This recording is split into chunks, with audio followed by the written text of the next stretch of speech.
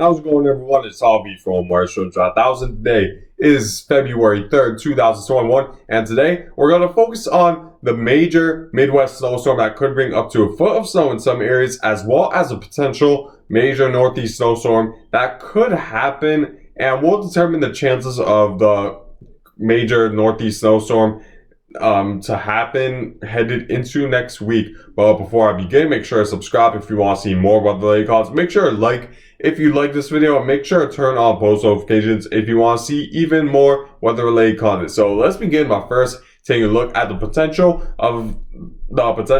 major Northeast snowstorm that might happen headed into next week. However, the details, I want to emphasize this early, that the details still are very uncertain. The forecast changes could change the forecast could change drastically over the next several days, so we have to wait and see how the computer models sort of figure this out when it comes to the forecast of this potential snowstorm, and see if it really does come closer to the coast. However, based off what both the two most reliable computer models are saying as of right now, the European and the GFS model, they're now leaning towards bringing this storm a little bit more offshore to the point where it doesn't bring major snow at all to the Northeast. Maybe a little bit of snow in the interior Northeast, where there's a weak clipper system that's going to move through the Midwest, whether this snowstorm occurs or not. However, it's by far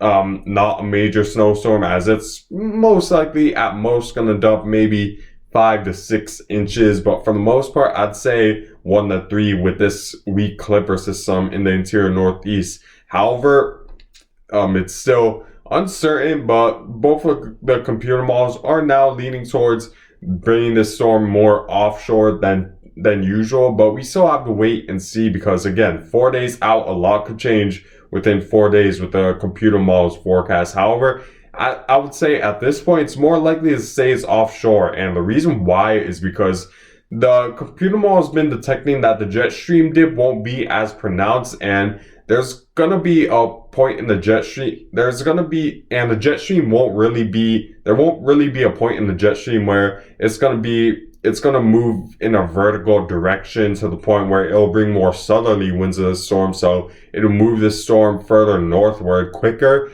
and there would be more unstable air to really broaden this storm to affect a lot more states in the Northeast and bring that major snowstorm. I'll show you guys a 500 millibar height and MSLP anomaly, where it gives a good idea of the orientation of the jet stream at that point around 4 days from now. And let me zoom out a little bit to show you guys the entire North American map, because it gives a good idea of the orientation of the jet stream a little bit better than if we were zoomed in. So this is the 500 millibar geopotential height, and you see that the jet stream is pretty much just dark green. You see here, it's pretty much positioned right around this area, right around the 540 millibar contour line, where we see the jet stream dip far enough south to affect a lot of North America and the United States and bring a little bit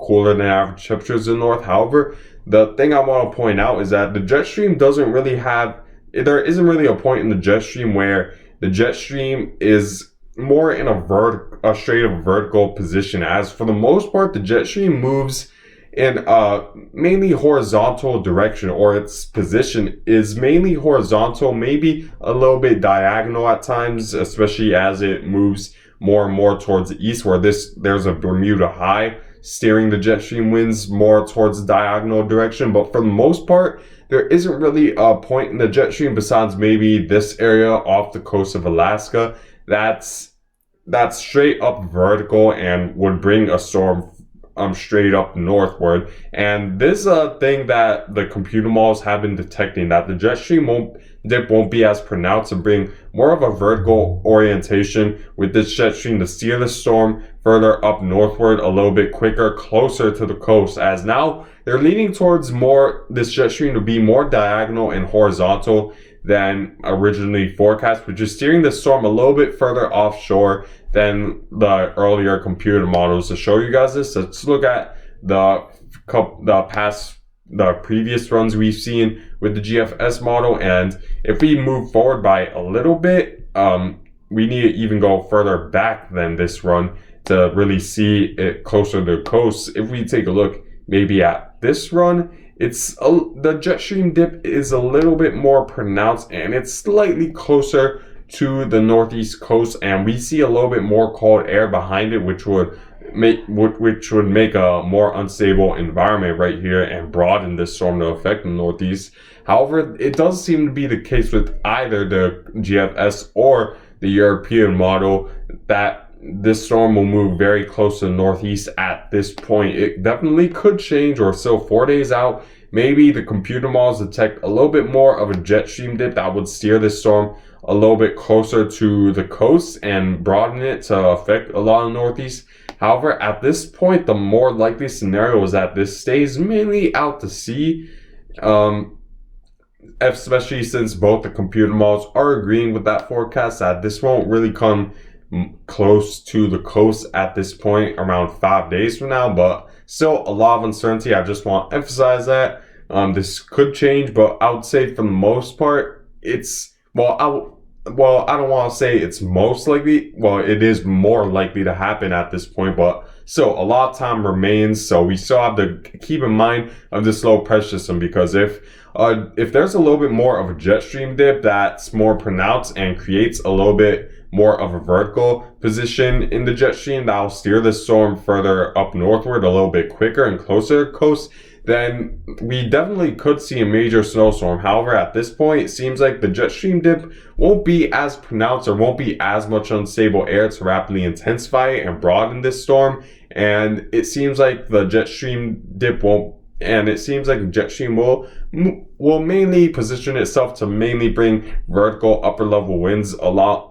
upon this storm to really steer this out to sea rather than come close to the coast. So at this point, it's more likely than not it misses the northeast coast, but still a lot of uncertainty. And just stay tuned for more forecasts detailing the current forecast for this storm.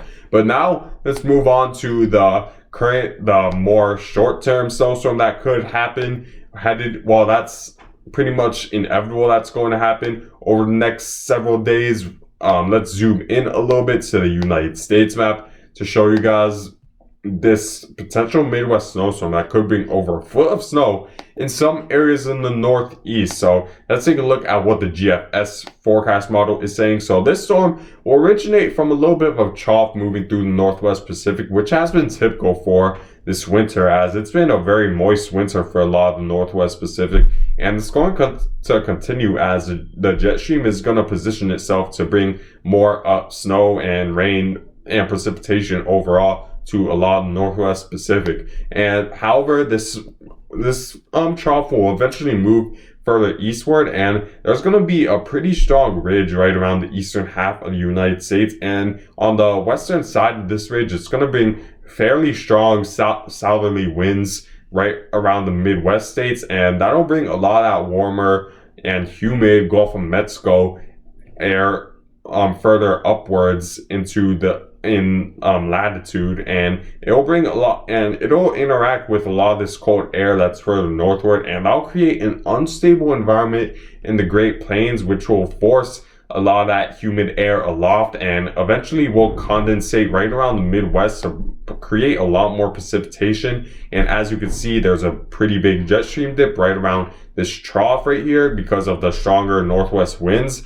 associated with this trough, bringing that colder Arctic air further southward, and it'll interact with this warmer Gulf of Mexico air, and that'll create a lot of unstable air and a lot of convection in this region and create a major snowstorm throughout the Midwest. And it's going to affect a lot of areas in Minnesota, Wisconsin, even as far south as Chicago, and maybe a little bit of Ohio and Indiana could potentially be impacted with some snow, and a lot of Michigan as well will be impacted, especially as the storm moves further eastward when the cold air really begins to get to you guys. And there's going to be another one of those interesting snowstorms because the precipitation will be behind the cold front, which means that there's just enough there's just enough humid air behind this cold front to create a lot to make it a broader snowstorm event for a lot of the Great Lakes and Midwest, where there's going to be a lot of snow behind this cold front and there's going to be a lot of humid air behind this cold front to really create a bigger snow event, even if you're past the cold front and typically speaking, behind a cold front, there's a lot of dry air. The air is too dense to really hold much water vapor to have any sort of precipitation. However, in this case, it seems like the air will be just cold enough, but yet not dense enough to prevent precipitation from happening, as it seems like there's going to be snow behind this cold front to make it a bigger snow event. And this will dump a lot more snow. And as you can see, as we head further eastward, the storm strengthens to 978, which is quite strong for a mid-latitude cyclone. And as a result of this storm strengthening, it's gonna sort of shift its position and orientation to match more of a mid-latitude cyclone, where we're seeing the dry air come from the southwestern side, a lot of moist air along the southeastern side along this cold front, and a lot of moisture in the northwestern side of this storm, as it is gonna shift its orientation more into a mid-latitude cyclone, which is typical because as storms get stronger, especially during the winter, the Coriolis effect really emphasizes that rotation with the storm and shifts its orientation more towards a mid-latitude cyclone type of storm, especially when unstable air is involved. And you see that there's a lot more vorticity with this. The snowfall is a lot more broad, and we see even a lot of lake effect snow with this, which would enhance a lot of snowfall right around if you're along the Great Lakes, especially if you're facing westward along the Great Lakes. So watch out for that, because there's going to be strong northwesterly winds to induce a lot of those lake effect snow bands and squalls along the coast. So keep in mind of that. And in terms of the forecast, the GFS model is forecasting with this storm. This again assumes that 1 inch of rain equates 10 inches of snow, so it could vary. And it's expecting a large area of, I would say, 6 to 12 inches throughout a lot of Wisconsin, just the northwest of Milwaukee and Chicago. However, Milwaukee and Chicago are still going to get 3 to 6 inches from this, I expect. And then along the western coast of Michigan, you could receive over 6 inches of snow from this, especially since there's going to be a lot of lake effect snow bands that are going to affect you guys and increase the total snowfall forecast, which would make it a long duration event for you guys. So watch out for that if you're along the Great Lakes coast right around Michigan. And then through a lot of northern Michigan, the snowfall increases, and there could be up to a foot in some areas, especially in northern Michigan, where it's going to be a little bit more of a longer duration event for you guys, not only because it's going to be an off snow event this far up north, but you're going to experience a lot more lake effect snow, which will increase the snow totals right around northern Michigan. So in terms of what the European model is saying at this point, let's take a look at its forecasted snowfall for over the next 4 days, 3 days as the storm moves through the Midwest, and it's mostly a lot of the same thing. We're seeing a large area of 6 to 12 inches just on the northwest of Milwaukee and Chicago, and for the most part, it's very similar to the European, which is definitely something we want to see because it gives a lot of uncertainty. So I don't think there's much of any uncertainty with this storm. There's going to be a major snowstorm in the Midwest.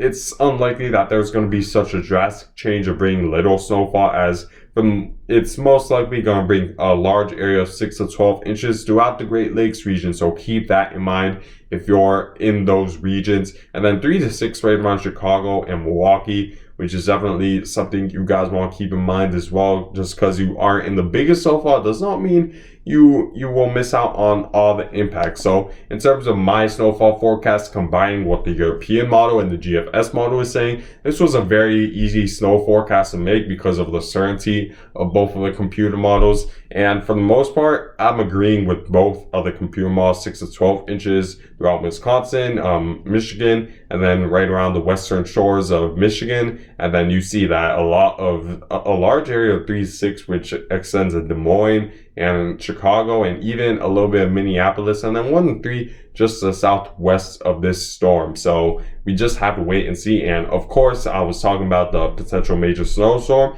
and there's 2 scenarios with this. A scenario obviously closer bring a major snowfall threat to the Northeast. However, a scenario just well further off the coast of the Northeast would bring less snow and little snow at that, as it's going to miss out on a lot of the biggest snowfall in this scenario. So, so prepare in Michigan, because it's going to be a big snowstorm for you guys. And even if it's only 6 to 12 inches, it's still considered major and could cause havoc on the streets. And for the Northeast, just keep an eye on the forecast models, because conditions definitely could change depending on the position of this ridge and this jet stream, because any shifts in the jet stream forecast can make a big difference in what impacts you'll receive. So let's take a look at the Futurecast radar to really see the timing of this Midwest snowstorm. And you see, headed into the early Thursday, there's a little bit of isolated snow showers around Michigan, nothing major